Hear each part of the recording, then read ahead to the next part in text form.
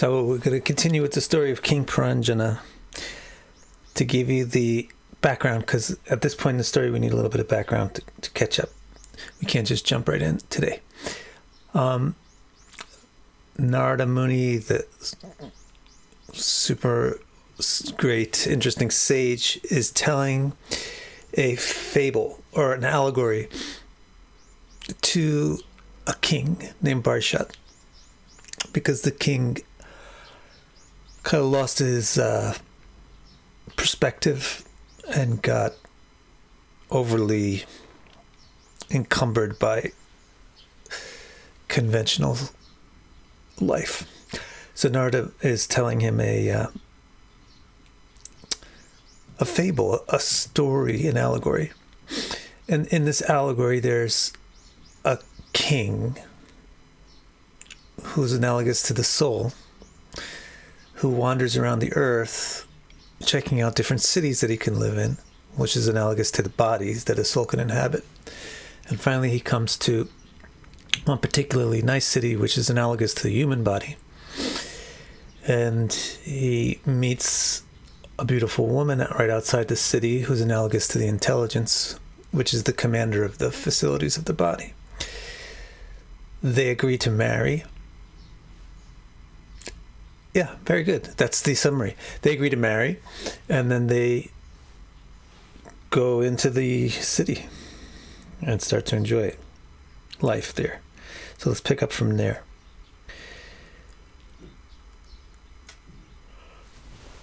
Pick it up from there.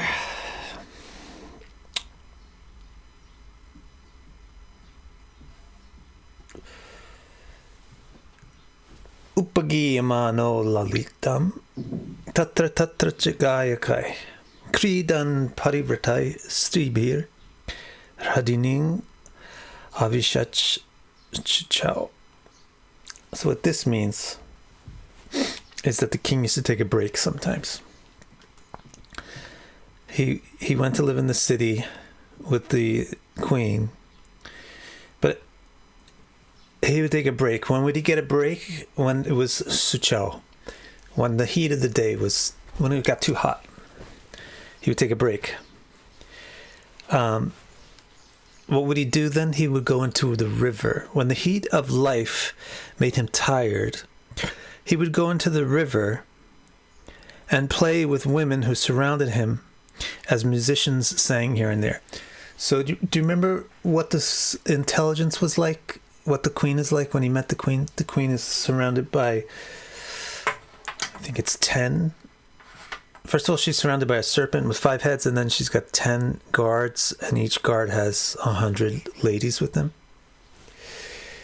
And so do you remember that's analogous to the intellect commanding 10 senses, and each sense has various things that it does, hundreds of things that it does, and that's the ladies.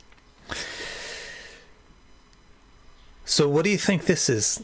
What do you think this part of the allegory, what does this mean? When the heat of life made him tired, he would go into the river and play with women who surrounded him as musicians sang here and there. What is Narada Muni really describing? What do you think? Now, for some reason, there's a mega lag on the stream, so I have to wait 20 seconds or something before you guys hear the thing that I just said. But let's see if you guys, at least you can just think about it, and then I can answer you. All right, so yeah, right? Now I see myself in the video saying that you have to wait about 20 seconds before you can see what I just said. All right, so I'll tell you what this means. The heat of life. What's the heat of life? That's the fatigue that happens naturally when you're awake and you're doing things. Even if you're doing pleasant things that you enjoy, you get fatigued from the heat of the activity. So the heat of the activity is analogous to summer or the noon or something when it gets too hot out. And then what do? When the heat of the day is too much, when you get tired, you sleep. So that's what the king is doing here. So what Narada Muni is explaining is not only did he enjoy the city when he was awake, but also when he is asleep, he would enjoy the city as well. And now he's explaining how that would happen. So he says he would go into a river. When it was too hot outside, he would go into a pool. He would go into a river, Hradini. What's the pool? What's the river? The river is the flow of thoughts that come from the intellect.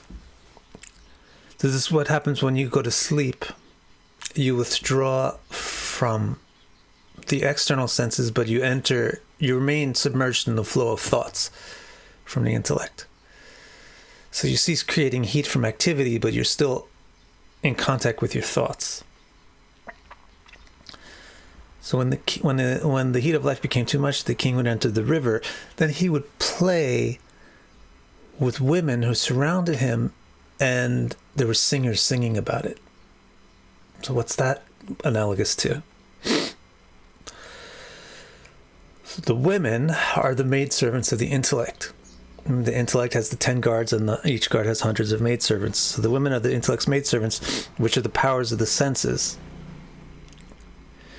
So when you go to sleep, your senses deactivate, but the powers of your senses don't deactivate. You're no longer using the organ, for example, of your eye to see, but your sense of sight is still active and you still see things. But you just see them without the eye. You see them in the mind, in the flow of the rivers, in the flow of the thoughts. And that's why the singers are involved. What singers do is they remember, discuss, they sing about something. The bards, they sing the tales of what the king did, right? So when you go to sleep, the singers sing about what you've done, or what you wanted to do, or what you were thinking about, or what really impressed you or attracted you during the day when you were awake. What you saw with your senses is the women in this analogy, and the bards are singing about them, reminding the king of what he was thinking about these things. And that is how you compose a dream. The dream is the bards, the singers, singing about the impressions that you had from your sensual experiences throughout the day. So when he was awake, he would enjoy. When he was tired, he would go to sleep and dream about his happiness as well. Make sense?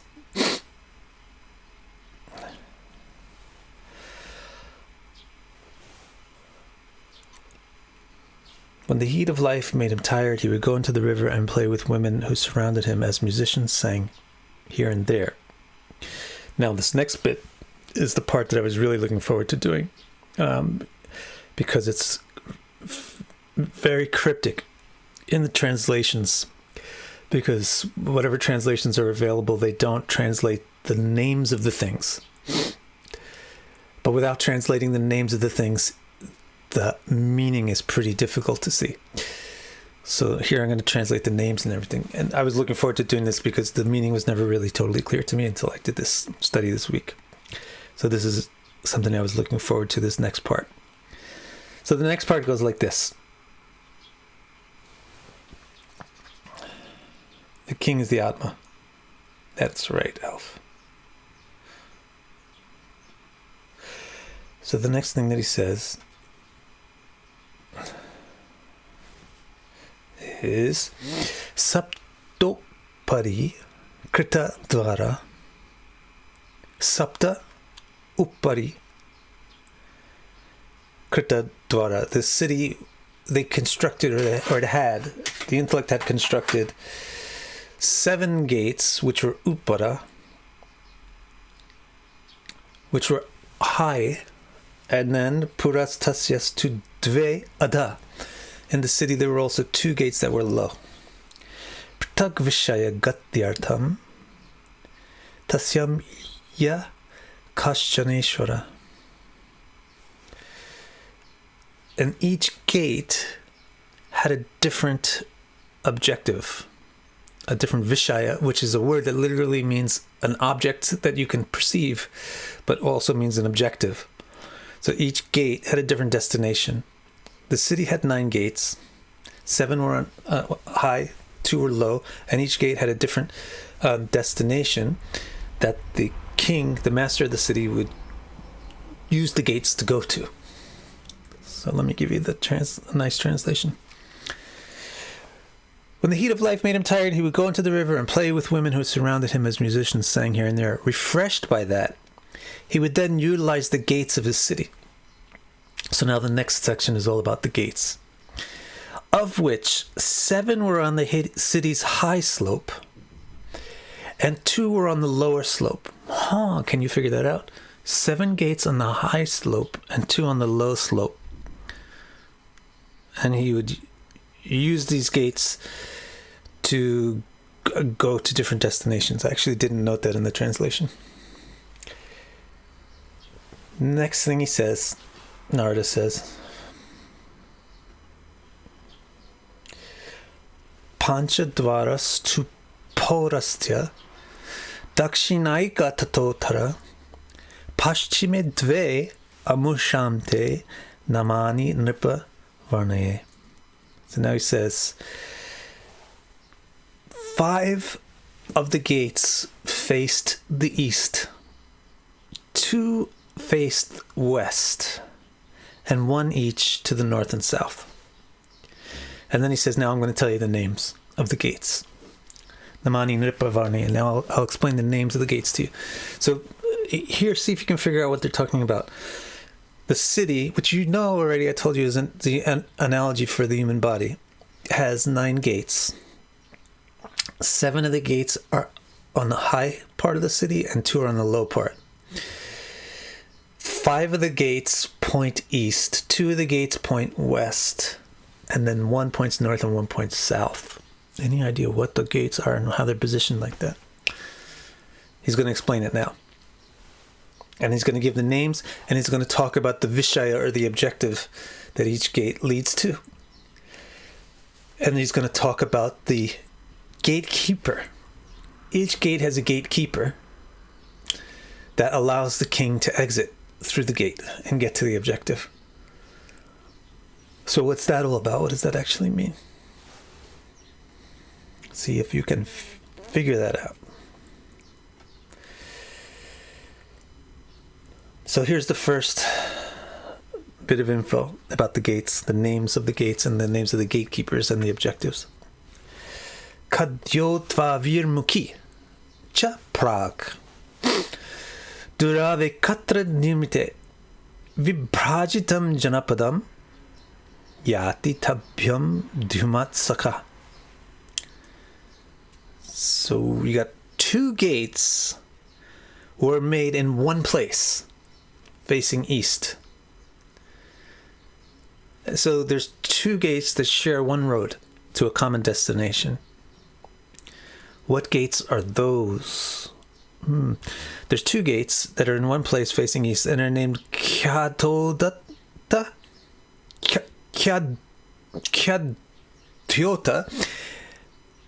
and Avirmukh, which means there's one of the gates is called the bright gate and one of the gates is called the strong gate. So there's 2 gates, bright and strong, that are standing next to each other, facing east. The king would travel their roads with the help of a friend named Dyuman. See, if you just have the translation without the names translated, it's pretty difficult to understand anything about it.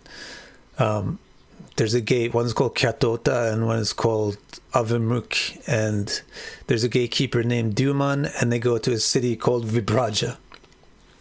Okay, next, it doesn't mean anything, but when you translate the names, it's very easy to get the meaning. So the name of the gatekeeper, Dyuman means it means light, illumination. So now, if you don't figure out what these 2 gates are yet, you're pretty sleepy. You probably know what these 2 gates are. They're in one place. They have a common goal. They face east. East also means forward. They face east, and the superintendent of the gate, the gatekeeper, is light. One of the gates is called bright and the other is called strong, or another meaning for the word strong is looker. Avyamukhi, the one who looks at something.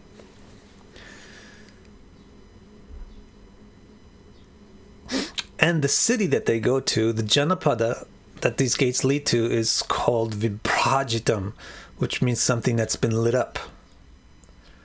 Something which is displayed or showed. So actually, I'm going to name this city in English Illuminated Displays. So to put it all in one little sentence quickly without all the interruption. 2 gates, bright and strong, are in one place, facing east. The king would travel their roads with the help of a friend named Light to enjoy a city named Illuminated Displays.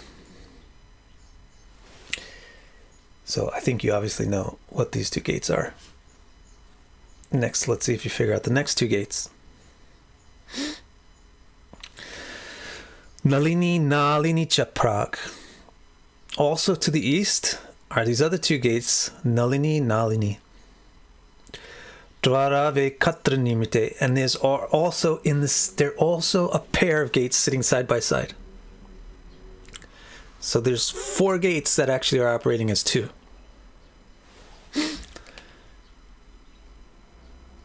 Avadhuta sakastabhyam Vishayam Yati Saurabham. The gatekeeper's name is Avadut, and the city that these gates lead to is Saurabh. So the 2 gates are Nalini, the gatekeepers of Avadhuta, and the destination is Saurabh. What does that mean? Another 2 gates, the tunnels. The names of these gates are the tunnels. Nalini means the tunnel.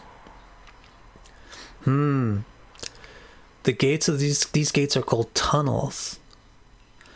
Another 2 gates, the tunnels, also stood side by side, just like the first 2 gates.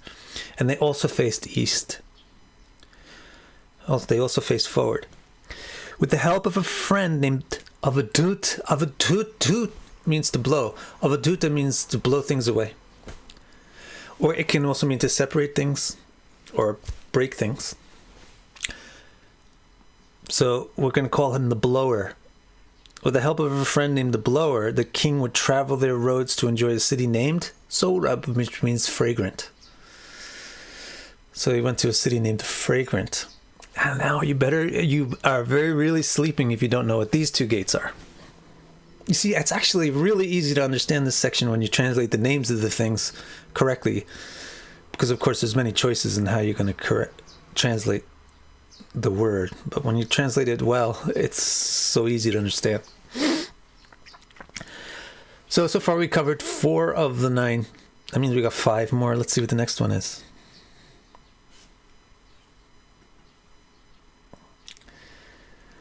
Mukyanama purastadvas Tyapana bahudanada Tyapana bahudanao Vishaya yati purat Rasagya Vipananvita. So this one is interesting. This gate is called Mukhya. And Mukhya means the main gate. So this is the main gate of the city. The other gates that have been described so far weren't the main gates. The main gate now is being described. And it's also facing east. So now there's 5 gates facing east. Those are the 5 that were facing east. It said 5 east, 2 west, 1 north, 1 south. So this is the 5th one. It's the Mukhya. Now this gate is Mukhya. It's bigger than the others. It's the main gate. These other 4 gates, they're only on 2 roads. There's 2 gates opening on one road to go to the city of illuminated things. And there's 2 gates opening on one road to go to the city of fragrant things. Now there's one big gate, but this gate is the main gate. It has 2 roads coming to it. And they go to different places. So that's another reason why it's called main gate. It's the opposite of the other ones. The other ones are 1 road, 2 gates. This one is 1 gate, 2 roads.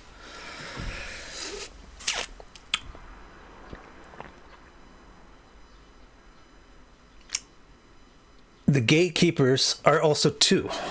There's two gatekeepers, one for each road. One gatekeeper is called Rasagya, and the other gatekeeper is called Vipana.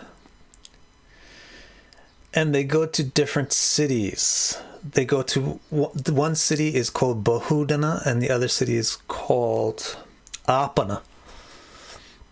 So let's translate that and figure that out. The city's main gate also stood in the east, with two roads emerging from it. One road the king would travel with the help of Vipana, which this name means the merchant, the trader. And that road led to a city called Apana, which means the market city, the city of malls, the shopping city. So there's one road from the main gate that's traveled, that you access through the merchant and you get to the market. And then the other road the king would travel with the help of Rasagya. Rasagya means the taster. Rasa means flavor, Gya means know. So the one who knows flavor, the taster. And the city that it would lead to is Bahudana, which means feasts. This is the city of restaurants. So one of the roads leads to the city of stores, and the other road leads to the city of restaurants. And one is the one that goes to the city of stores is you use this guy named the merchant to get onto that road, and the one that goes to the city of restaurants, you use the taste knower, the taster, to get on that road. And both of these roads are accessed through the main gate. You may not really be clear about what this is. This is a little bit tougher even with the translation, but I'll explain it. But I'll explain a little later. I'll let you think about it for a while. The main gate on the eastern side, that should be your clue. And if you're following along with what the other two are, which are pretty obvious, one thing goes to the city of illuminated, one pair goes to the illumination city, one pair goes to the fragrance city. So there's one thing left on the eastern side. It's the main gate. It has two roads, and one is pretty obvious, the restaurant city. The other one, you might need a little help figuring it out, but I'll help you later. See if you can figure it out before that. So we covered all the gates that are on the east. Now let's see what he talks about next. We have 4 remaining gates.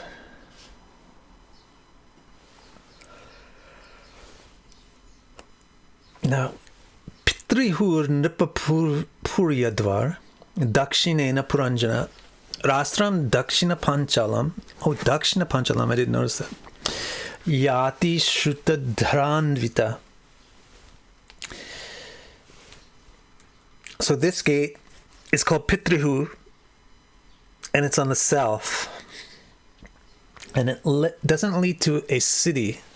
It leads to a rashtra, which is a country, a field. So that's also very interesting. And the name of the country is Panchala, which means the 5. It's called 5, the country of 5. But the Dakshina gate leads to Dakshina Panchala. The southern gate leads to southern 5.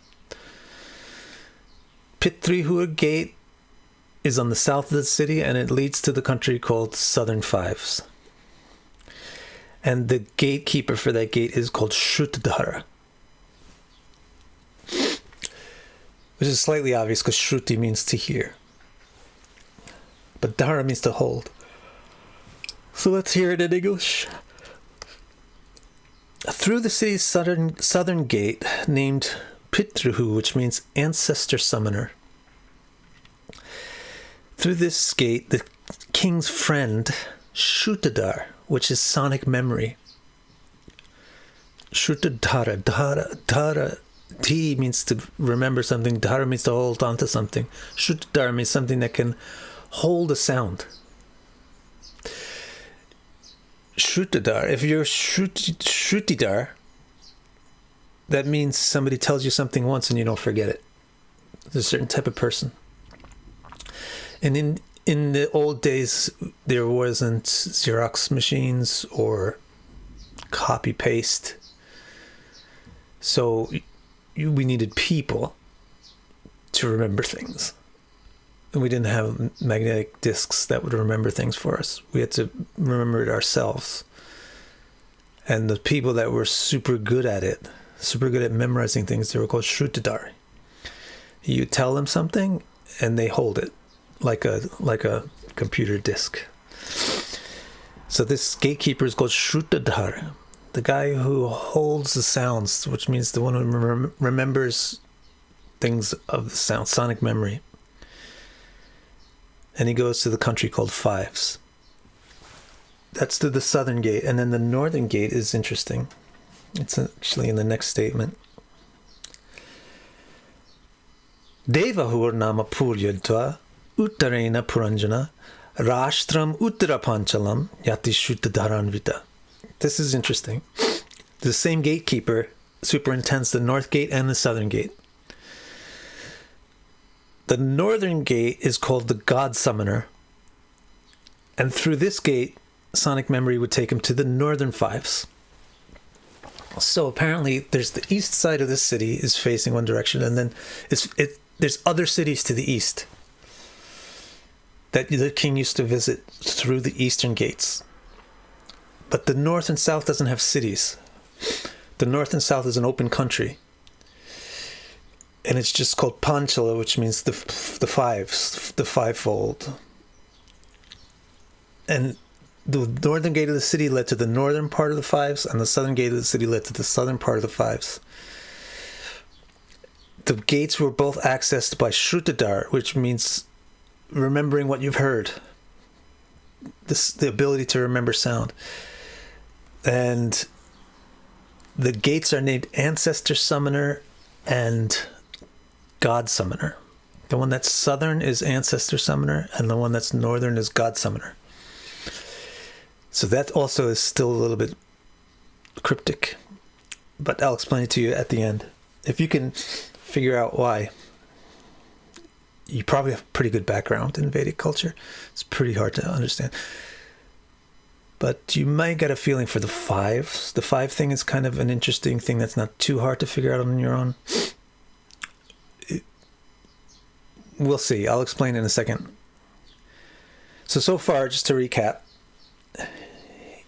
he falls asleep sometimes when it gets too hot, and then he remembers his sense impressions, and he enjoys that.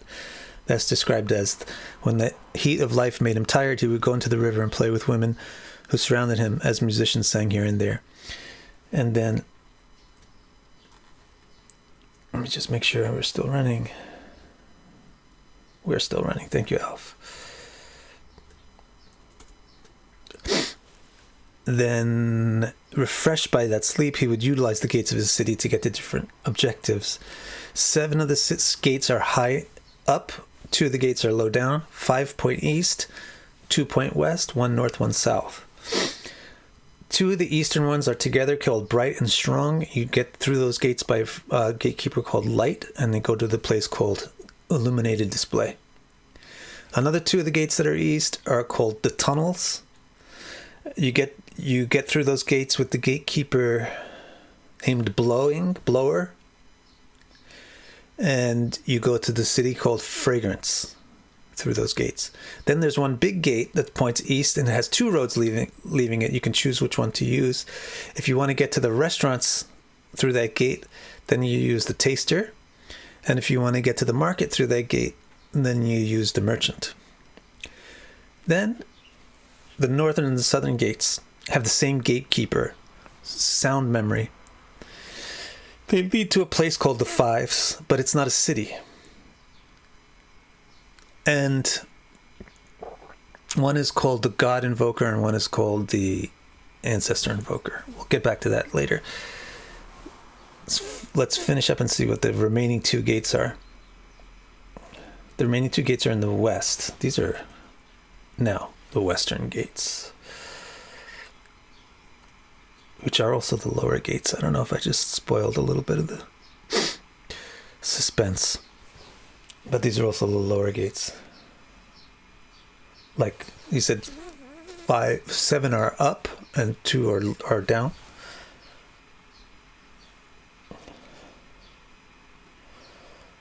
So he says, here's the name of the western one. one of the Western ones. Asuri. Asuri nama paschadvas. The one to the west is called Asuri. Taya yati puranjana gramakam nama vishayam durmadena samanvita. So the name of the gate is Asuri. The city that it leads to is Gramaka, which is actually, Grama means a village. So again, this one isn't exactly described as a city, nor is it an open field, but it's a village. And then Durmada is the gatekeeper. So we got to understand these three words, and then we'll understand this gate a lot better. Asuri, the name of the gate. Gramaka, the destination. And Durmada, the gatekeeper.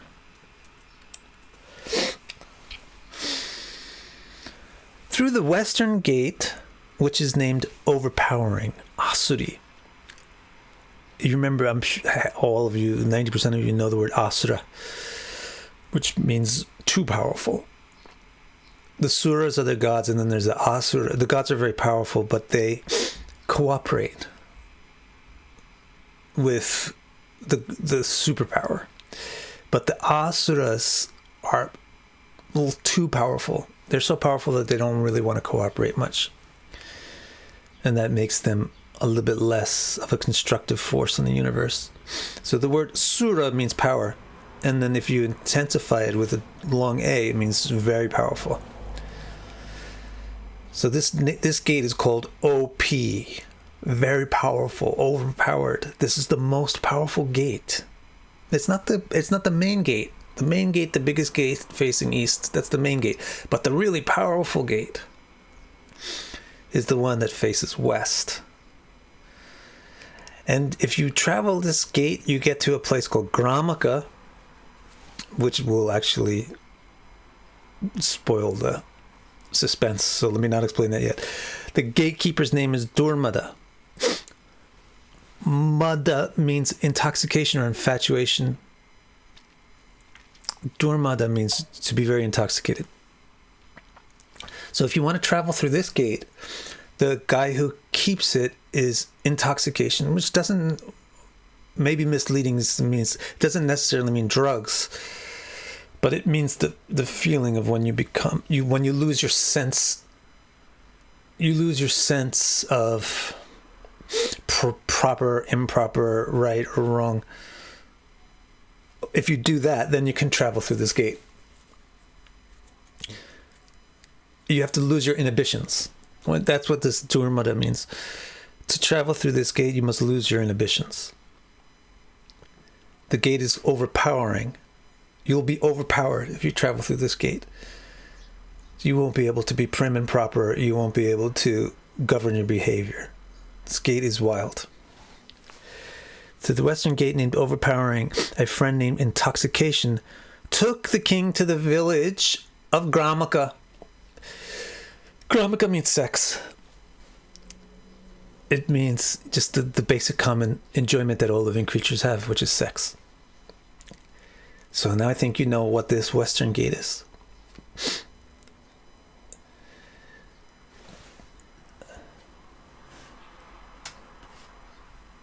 Next.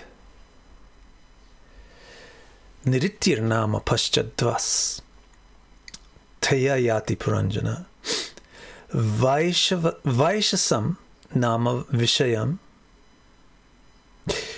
lubdhakkena samanvita.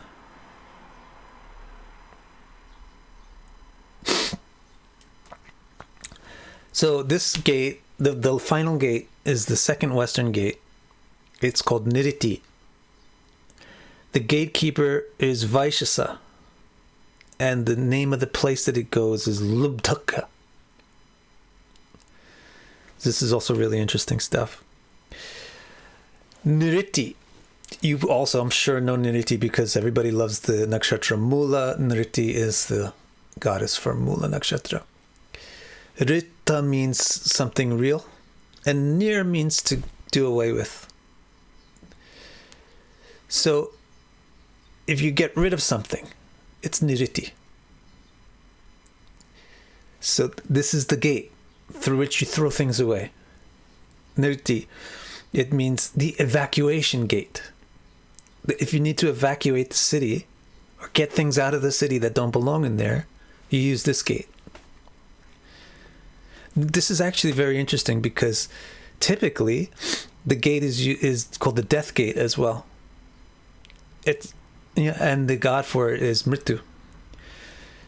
So when the king will evacuate the city, he'll also usually go through this gate. And also in common evacuation, when he's getting junk out of the city, he'll use this gate. It's the evacuation niriti. Means to get rid of things. And then Vaishasa means the eliminator. The gatekeeper is called the eliminator. The gate is called the evacuator. And the city that it goes to is Lubdhaka, which is a little challenging to translate. I mean, it's an easy word to translate, but to translate it effectively is a little challenging. Lubdhaka is based on the word lob, which means greed. Lubdhaka means excess. So to deal with the excess, you use the friend named Eliminator and the gate named Evacuator to get rid of the excess.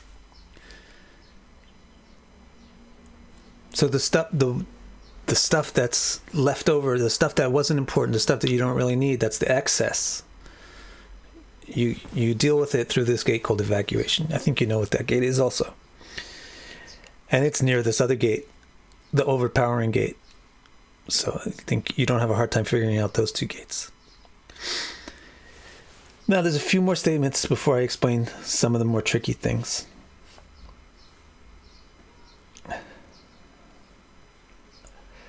This is very interesting. So he described all these gatekeepers. We have a total of 8 gatekeepers because the two north and south gate, they have the same gatekeeper, Shrutidar.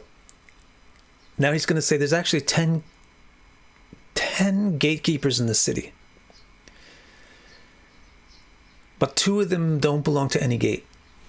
The king uses them at every gate.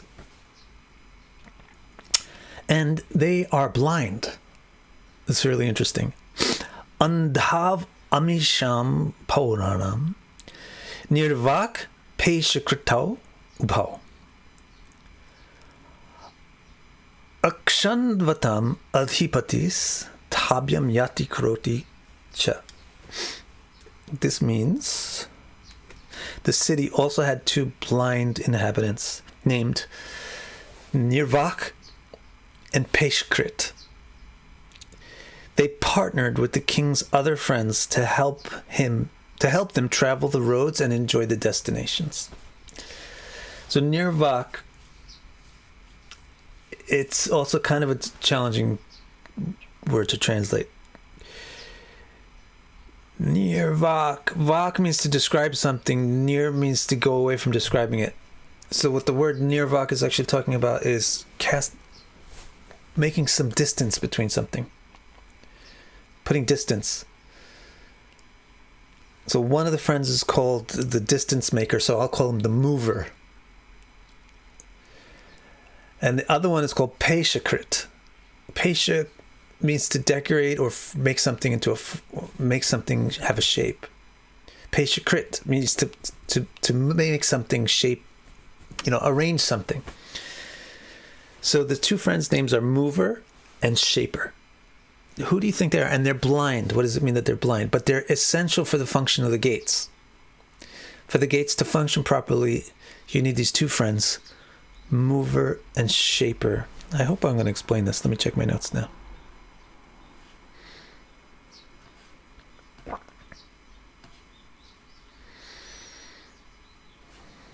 Yes, I will explain this. Well, there's a lot more. Mover and Shaper are 2 blind inhabitants, and they partner with the other friends. So, what do you think? The city has 9 gates. 7 of them are high, 2 of them are low. What does that mean? What do you think? 5 of them point east, 2 of them point west, 1 north, 1 south. What do you think that means? Of the 5 that point west, there's actually 3 there's three groups. A pair of two gates, another pair of two gates, and then a big gate. The first pair of two gates, you use the power of light to go to the city of illumination. The second pair of two gates, you use this power of wind or blowing to go to the fragrance destination. The big gate, you have two possible destinations. You can use the taster or the merchant to get to the restaurants or the market. Then, I think you know what those are. You might not know what the market is. Then, north and south, you probably know what those are because the name of the gatekeeper is Shrutidar, which means sonic memory. But the names of the gates are very odd. The god invoker and the ancestor invoker. And then they don't lead to a city, but to an open place called Fives. A northern five and the southern five. Then the western gates are pretty clear. You know what those are. The Overpowering Gate, which you access through inhibition or intoxication. And it leads to sex. And then the other one is the Evacuation Gate, which you access through elimination, and it gets rid of waste. It deals with waste.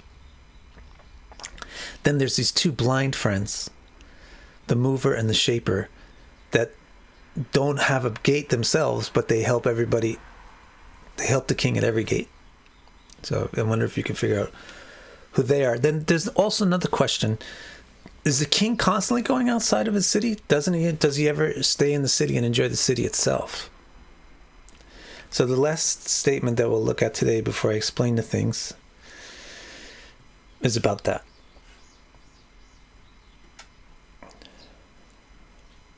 Sayar yanta puragato vishuchina samanvita moham prasadam harsham va yati jayatmanja bodvavam. So this part says the king would also sometimes remain at home in the city. There, a friend named Vishuchina would help him enjoy his wife, Jaya. So Vishuchina means everywhere. So a friend named everywhere would help him enjoy his wife. Who's his wife? The intelligence. And then by that, she would make children. By the king enjoying his queen, the queen would produce children, and the children were named satisfaction, which is prasadam, pleasure, which is harsham, or infatuation, which is moham. What do you think this is? Now time to explain. I'll give you the explanation now.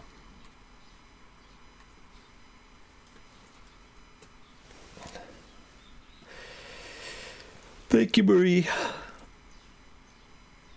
No, Angelique, not quite. Alf, you got a good one. Or whoever you're quoting or agreeing with. All right, here we go. I'll explain everything. The 5 gates that faced forward are the eastern gates. East is called Prachinam, which means the forward direction. It's where the sun rises. The 5 gates that face forward are your eyes, your nostrils, and your mouth. Those face forward. Then the 2 gates that are on the right and left are the north and the south gates. The right is the south and the left is the north.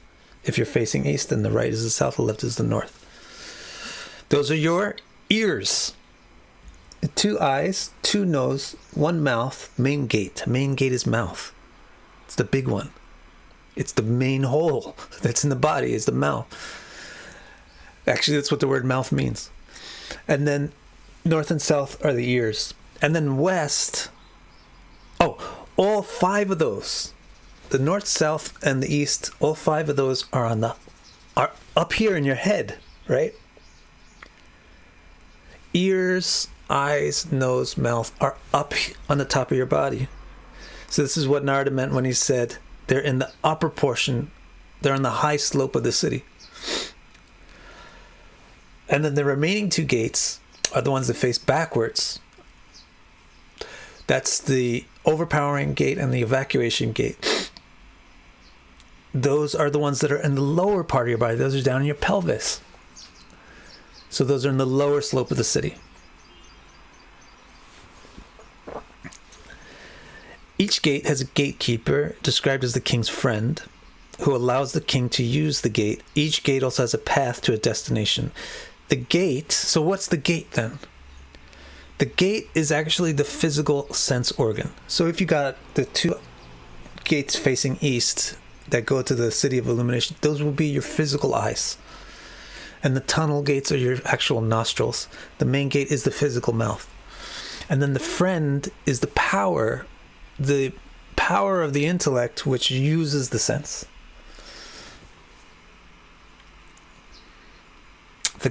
The gate is the physical sense organ. The gatekeeper is the mental power that operates the organ. And then the destination of the gate's path is the sensual object that the organ can perceive. Right? So if we talk about the eyes, you get the two eyes, they're named bright and strong, or bright and looker. And so people say that actually, for most people, the right one would be called looker, and the left one would be called bright. They go off to the city of illuminated things. So with these eyes, the physical eyes can see things that have been lit up, but they need the friend called Duman, or light, or illumination, to get there. That's what it's talking about. The main gate is the body's biggest and most active opening, the mouth. It has two paths to two destinations. In contrast, the other gates on the east are in pairs that open on only one path. The description of speech is interesting. This thing about the merchant and the market, I wonder what you thought that was. He's talking about speech, and if you're conversing with Sanskrit a little bit, you may have picked it up. Because the word vak, the word vani, in English, even the word conversation means to convert, which means to like bring things together, circulate things, converse, to move things around. So that's what this merchant does. Merchants buy and sell. The Vipana buys and sells. So what we do with the mouth is we give ideas out that other people can buy. And we go to the market to sell them. That means you go to a place where people are going to listen. You go to some listeners, somebody that will listen to you, and you give your goods, and they buy them. They listen to it. So the word for merchant, vipana, describes a person who exchanges things, and the word for market, apana, describes a place where things are exchanged. Speech is a conversation by which we share and exchange ideas and experiences with others. Okay? So that's what the mouth has two destinations. Maybe you can use it for eating. If you do so, you do it with rasagya, your tongue, the power of taste. I mean, the mouth is the physical organ, so it has the tongue and the vocal cords. That's the two aspects of this gate. The tongue is superintended by the power of tasting, which is rasagya, and the vocal cords are superintended by vipana, the exchanger, the converser. If I translate it as converser, it would be more clear, but it's a little bit more fun to make people wonder sometimes. Okay, so that's clear now, right? The description of hearing now. That's also very interesting. The description of hearing is also very interesting. Unlike the nose and ears, these two gates are very separate. So this is unlike the two eyes are two gates that are in one spot. The two nostrils are two gates in one spot. Then you have this big mouth that's so big it has two roads coming out of it. Then you have these ears, which are one organ, but they're on opposite sides of the city. They're on both sides. Two eyes close together, two nostrils close together, one big thing right here, and then there's two ears on the side. See, I wish that the ears were bigger, because you can hear so much better. The description of hearing is also interesting. Unlike the nose and ears, these two gates are very separate, but have one gatekeeper and really one destination. The gatekeeper's name, sonic memory, Shrutidar, suggests that hearing is for education. That's what Shrutidar is all about. I teach you, you know. You remember. Your Shrutidar. The gatekeeper's name is sonic memory. It suggests that hearing is the educator of the intellect. The gate's destination is the northern and southern sections of an open country, not a city, named Fives. Why is this? The 2 ears are used to gain knowledge about the 5 destinations of the other 7 gates. By hearing, we learn what we should see, what we should smell, what we should touch, what we should eat, what we should evacuate. This is what ears are all about. The ears teach us which direction we should look. For example, you hear a sound, you turn your head. The ears teach us where there is something to eat. Where should we go for a smell? Where should we go for a touch? Where should we go for a sight? The ears give us information about that. Whether it's directly like you hear a sound, you look at it, or somebody teaches you about something. Do you know about the spice called saffron? Let me try it. You hear it through your ears first, and then you try it. Do you know that you should blah, blah, blah? So this is why the superintendent for the northern and southern gates is called Shrutidar, which kind of means student. And it goes to an open country because it's not really so much that it has its own object, but it's more about learning about other objects. Although, of course, music is an object for the ears. But this is how Narada described it. Then why is one northern and why is one southern? And why the names are Pitrihu and Devahu, the ancestor summoner and the god summoner. So for this, let me explain a little bit about directions. This is an interesting bit about directions. East is defined as the place where the sun rises. That's how you define east. The direction in which the sun rises is east. East is the direction of the rising sun, so therefore east symbolizes dawning. Dawning means becoming visible, becoming known. Hence the first house, which is the east, is where the body is produced, where the visible thing becomes known. So east is a direction that symbolizes the dawn of knowledge. So from the gates that faced east, you comprehend the world. Think about it. From the gates that face east, which is the eyes, the nose, and the mouth, you can comprehend the world, especially the eyes. The west is the direction of the setting sun. So that means the end of things, or after knowledge, or the disappearing of knowledge. So the gates that face west, they either help you forget the experience of the world or get rid of the experience of the world.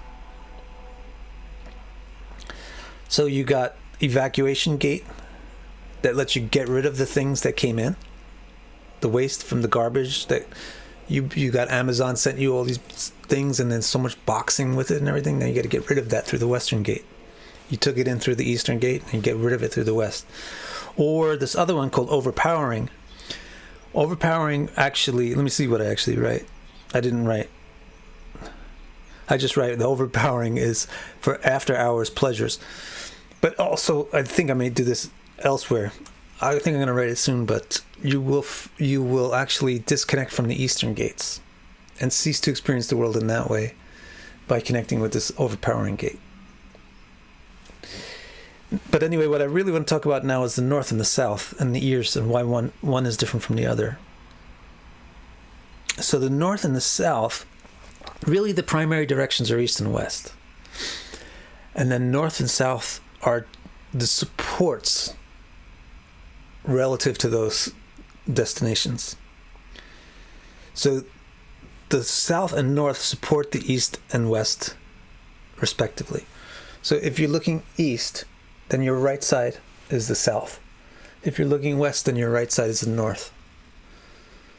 So the north is the strength of the supporter for the west, and the south is the strength of the supporter for the east.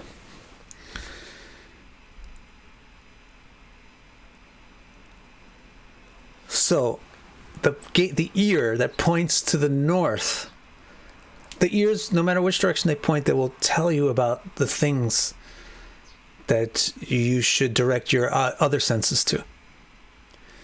The ear that points north will tell you about the western senses, and the ear that points south will tell you about the eastern senses. But this is where it's very interesting, how it's probably opposite of what you're thinking. The one that points north is called Devahu, the god invoker. And the one that points south is called Pitrahu, the ancestor invoker. Also, south is past and north is future. So ancestors past and God is future. From the southern gate, we hear things that help us understand what you should experience through your eyes and nose and mouth. So this is a technical thing, actually, that is part of Vedic rituals. But in Vedic rituals, if they tell you something, if the mantra is something about how, let's say, how you'll become more beautiful, if you're using a mantra to become more beautiful, you will not listen to the mantra on your left ear. It won't be effective. You listen to the mantra through your right ear. Or if you want to increase your virility, or if you want to increase your money, then you don't hear the mantra through your left ear. You hear it with the right ear. The giver of the mantra will whisper it into that ear in the ceremony. Because the right ear is Pitrahu. It's for things which you've already known. Ancestral things, which is common things, material things. Things that your eyes can see. The north gate, or the left ear, if you're getting a mantra for mukti, liberation, or bhakti, prema, you'll get it in the left ear. The giver of the mantra should whisper it not into the right ear, but into the left ear. Because the left ear, called Devahu, it invokes the gods, the new thing that we don't know yet, the experience which is beyond us. And this will actually inform us about the western gate, which is the evacuation gate, or how we get rid of our accumulated junk, lubdaka, the stuff that we've accumulated because of our greed. That's called mukti. You get rid of it. And also, it will teach us about Overpowering Gate, which is the most important thing about consciousness, is how it desires pleasure. Through the western gate, you will hear things through the left ear. Now, that's cool. My right ear is basically deaf. I'm glad. I'm proud of that. My right ear, because when I used to play in the band all the time, I would stand on the left side of the drums. And so it wrecked my right ear. So now that I'm kind of advancing in age, if I really want to hear something, I have to turn my left ear to it. But that's kind of cool. If you hear something through your left ear, it will teach you about procreation. It will teach you about this overpowering gate and the true use of it, and the true origin of it, etc. So that's the two ears. They're very interesting.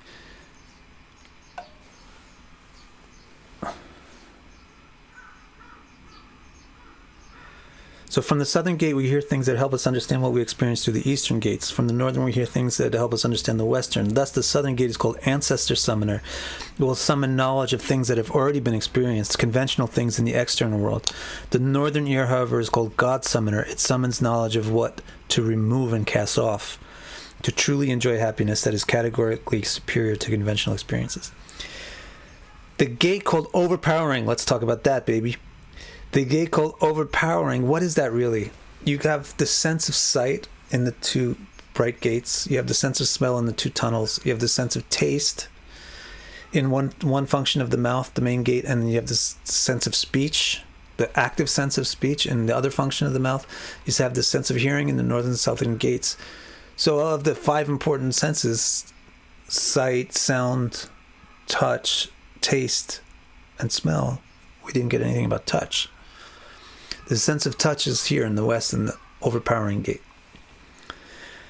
The gate called Overpowering is the sense of touch, which is the largest sense organ. It's the skin. This is why it's called Overpowering. The Mukhya, there's two super powerful gates in the city.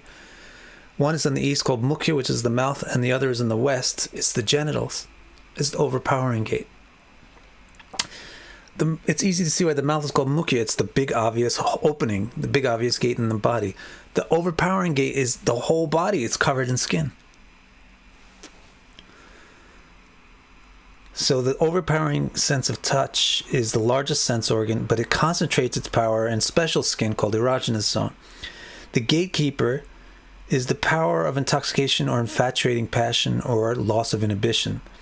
This power culminates in orgasm, which actually removes consciousness from external perception through the other gates.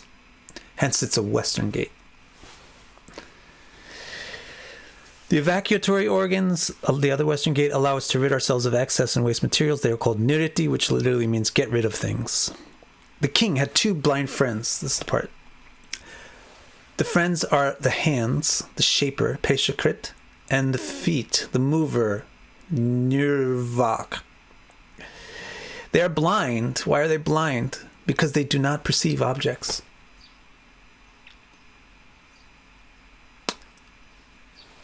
The sense of voice, the sense of speech was not described as blind because it participates in hearing. But these other two senses, which is, what is it called? Mobilization. The mobility sense, which is generally the feet, especially in a human, it's the feet. And then the manipulative sense, which is the hands. They don't perceive objects directly. Of course, they're covered in skin, but that's the skin perceiving the thing. That's why they're described as blind. They help the other gatekeepers because every sense needs them. Every sense has to contact the sense object. So, for example, if you want to see something with your eyes, you have to move your eyes to a spot that can see it. So the feet have to be involved, and then you may have to grasp the object or turn it. So the hands will be involved. Besides going out, the king could also experience life by staying within his own city. This is when he's called Antapura, when he stays inside the city. This is analogous to our state of contemplation. So sometimes we're asleep. That's when we just hear the bards sing about the women that we played with, which means we just hear our memory recant things about the experiences that we had or thought of. That's when you're asleep. When you're awake, you tend to go out of the city through the gates. But you also sometimes stay inside the city, which means you don't always just go and experience things. Sometimes you think about what you've experienced. You contemplate. And that's also an experience. So this has a sense organ as well. And it's called Vishuch, which is everywhere, the friend named everywhere. Besides going out, the king could also experience life by staying within his own city. This is analogous to our sense of contemplation. The friend that helps the king contemplate is the mind. It's named everywhere. Why? There's two reasons why the mind is called Vishuchi. Because the mind goes everywhere. This is the whole thing. This is the reason why yoga is a discipline. This is the reason why meditation is a thing, because it's difficult to keep the mind concentrated on one thing. Its tendency is watery. It doesn't hold a shape. It moves. It changes its shape all the time. So mind by nature is vishuch. It spreads out and goes everywhere. And the other thing is mind is everywhere throughout all the senses. It's permeating all the senses through the nervous system. So it's called vishuch. It's the one that's in every sense. By using the mind, the king can associate directly with the queen, right? It said that sometimes the king stays inside the city and then he enjoys the queen with the help of his friend called Vishuchi, the one who's everywhere. So he gets to unite with the intellect by using his mind. The mind is the reflective tool that reflects on his own thoughts and experiences. That union produces children. But the type of children produced depends upon the queen's mood. There's 3 kids that got produced. And it depends on the queen's mood. If the queen can be in the mood of sattva, rajas, or tamas. So the intellect can be operating in sattva guna, rajas guna, or tamaguna. And depending on whether your intellect is operating in rajas, tamas, or sattva, you'll get a different effect from contemplation. Positive contemplation. So if the queen is in a placid mood, which is sattva, then when he associates with her, it produces the child called satisfaction, or prasada. So one result of contemplating your thoughts, if your thoughts are clear in sattva guna, you'll feel satisfied, content. But if the intellect is in the passionate mood, which is rajas, then it's not going to produce contentment. Content and passion are not compatible. It will produce harsha. Harsha means when, in the English word harsh, it means it's rough and it's bumpy. So when things stand up, like when your hair on your skin stands on end, or when other things stand up, that's harsha. When you get excited about something, it's called harsha. So that's what the other type of thing that the intellect can produce when you look at it. If it's in the mode of passion, then you look at your own thoughts, then you'll get harsha, which means you'll get excited. And that's called pleasure. Or I should probably change it to excitement. And then the third mood the intellect can be in is, I would call it languid. In English, languid, or kind of lazy, but intentionally lazy. And that's the tamagun. If the queen is in that mood, then when the king is with her, he experiences moha, which is intoxication, where he forgets his worries. He also gets languid. He doesn't care anymore. He feels whatever, that kind of feeling. So depending on what your intellect is like, you'll get a different result from looking at it. You look at it with the help of your mind. You look at your intellect with the help of your mind, and depending on the quality of the intellect, you get a different result. If your intellect is very clear and clean, you get satisfied by looking at it. If your intellect is very passionate, then you get excited by looking at it. And if your intellect is very languid, then you get kind of forgetful and careless by looking at it. That's it for today. So we covered texts 44 through 55. And so far, I really like this. And this is one of my favorite sections.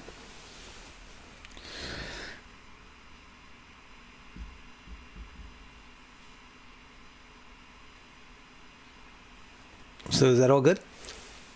Are these the organs of the karmendriyas? These are... Let's think about that. There's karmendriya and gyanendriya.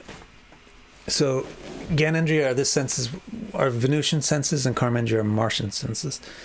The senses which take in information are gyanendriya, and the senses which create, make a change in the world are karmendriya. Those are the Martian senses. So the Venusian senses are the eyes. You know, there's 2 gates for those. The smell, there's 2 gates for those. Taste, there's 1 gate for those. For that. Hearing, there's 2 gates for that. And touch, there's 1 powerful gate for that. Then the active senses. This is another reason why the 2 gates are named Mukhya and Overpowering, primary and overpowering, because those gates have 2 functions. So you'll see. For the karmendriya senses, the 2 blind people, the mobilizers are the feet, and the manipulators are the hands. Those are 2 important martial senses, the outward senses, karmendriyas. And then the mouth also functions as a karmendriya when it speaks. It functions as a gyanendriya when it tastes, and it functions as a karmendriya when it speaks. So that leaves us with 2 Karmendriyas left unaccounted for, right? They're the Western gates. There's one of the Karmendriyas is evacuation, and the other Karmendriya is procreation. So that's interesting. The genitals, the overpowering gate, it functions both as a Karmendriya and a Gyanendriya. It's a Gyanendriya for the sense of touch, but it's a Karmendriya for the sake that it can produce a child. And then that's on the western side, you have one gate that's both Karmendriya and Gyanendriya, and on the east you also have one gate that's both Karmendriya and Gyanendriya. That's the mouth. It can speak or it can taste.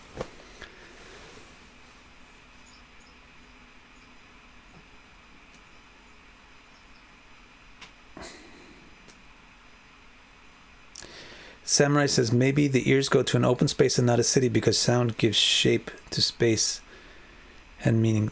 That may be it. And also because space is the every sense organ, every sensible quality has one of the 5 primordial elements that is the essence of it. So for example, fire is the essence of sight because it produces light. And earth is the essence of smell because it's the stuff that the air carries that you smell. That's why it's called avadut. Avaduta means to break something and then disperse it. So for example, if you smell a flower, it's because the wind has broken off parts of the flower actually and put it up into the air, and you smell those parts. And the air is not actually for the sense of touch, but for the sense of smell. Air is for the sense of touch. So why are we talking about this? Oh, so the ear hearing is in the element of ether or space. So that might be one reason why Narada wanted to describe their destination as an open space.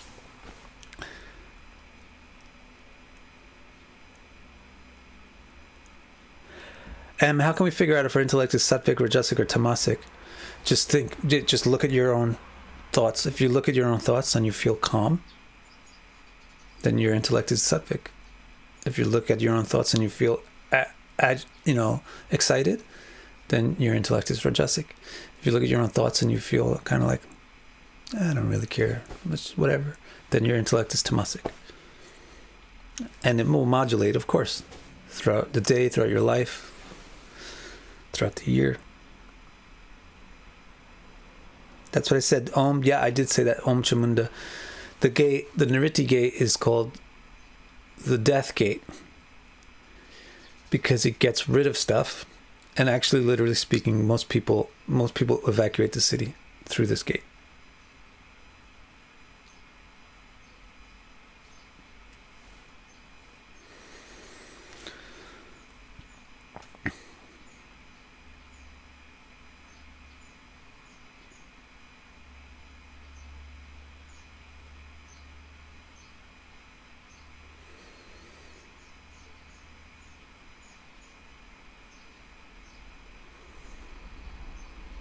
Yes, that's right about the 7th house home.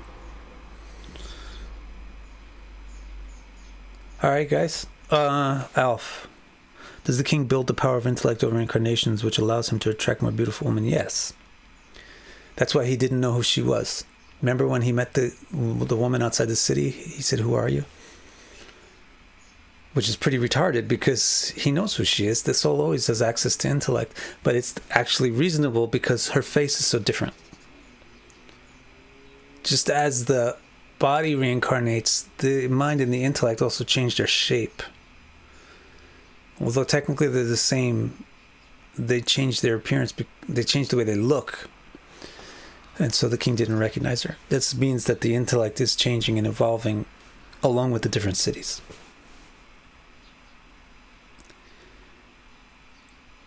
Alright guys, we'll end for today.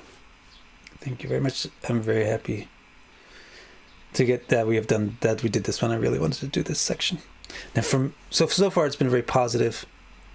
The king is having a great time, right? It's going to kind of move now into some problems that arise. Gradually, it's kind of going to come to a middle ground, and then it's going to kind of move into problems that the king will face in the city. So stay tuned for that. See you around. Thanks for joining me.